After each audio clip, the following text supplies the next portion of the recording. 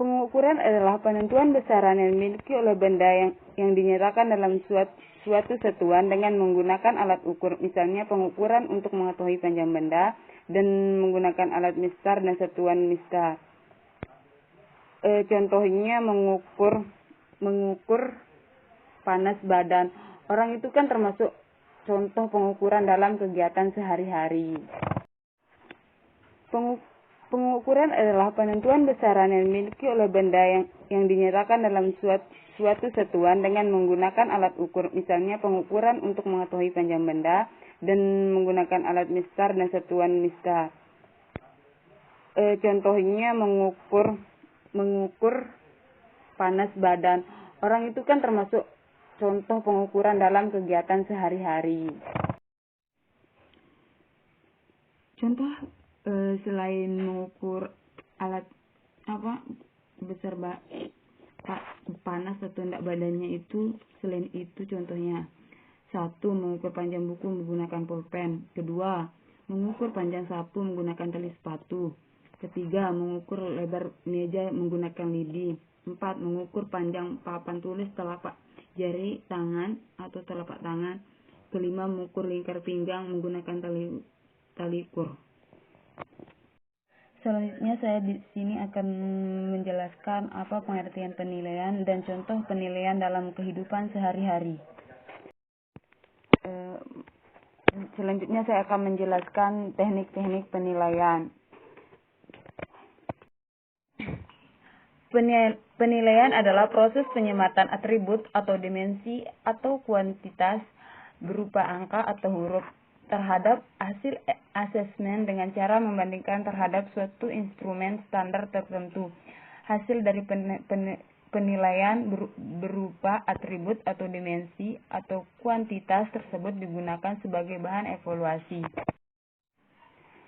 Teknik penilaian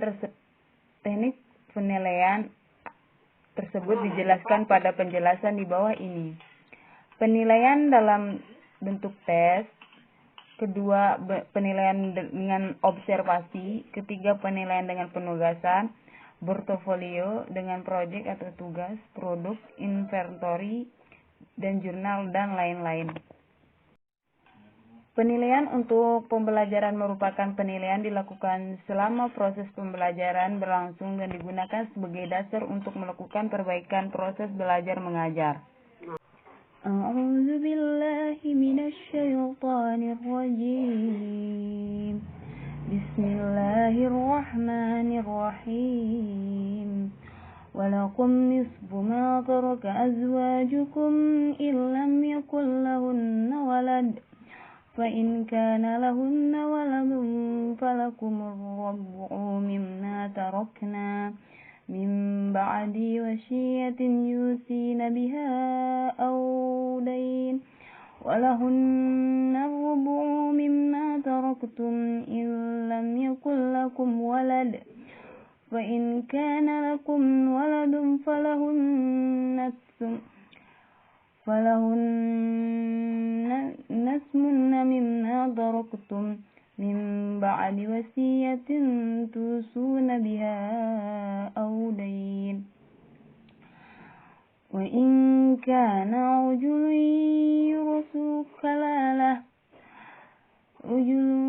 yurasu kalalatan aw imra'atun walah aw ukhtu falikulli wahidin minhuma السدس فإن كانوا أكثر من ذلك فهم شركاء في الثلث من بعد وصية يوصى بها أو دين غير مضار خشية إن الله والله عليم حليم. Evaluasi pembelajaran matematika yang dibahas di dalam Al-Quran tentang bilangan pecahan. Dan bagimu suami-suami 1/2 dari harta yang ditinggalkan oleh istri-istrimu jika mereka tidak mempunyai anak, Jika istri-istrimu itu mempunyai anak, maka kamu mendapat 1/4 dari harta yang ditinggalkan, sesudah dipenuhi wasiat yang mereka buat, atau sedua dibayar hutangnya.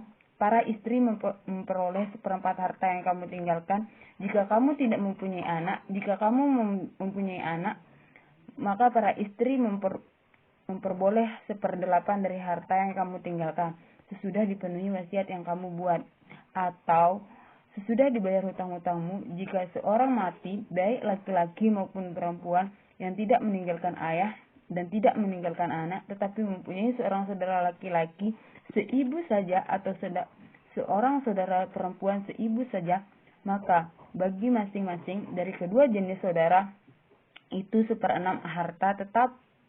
Tetapi jika saudara-saudara seibu itu lebih dari seorang, maka mereka bersekutu dalam yang 1/3 itu, sesudah dipenuhi wasiat yang dibuat olehnya, atau sesudah dibayar hutangnya dengan tidak memberi mudarat kepada ahli waris.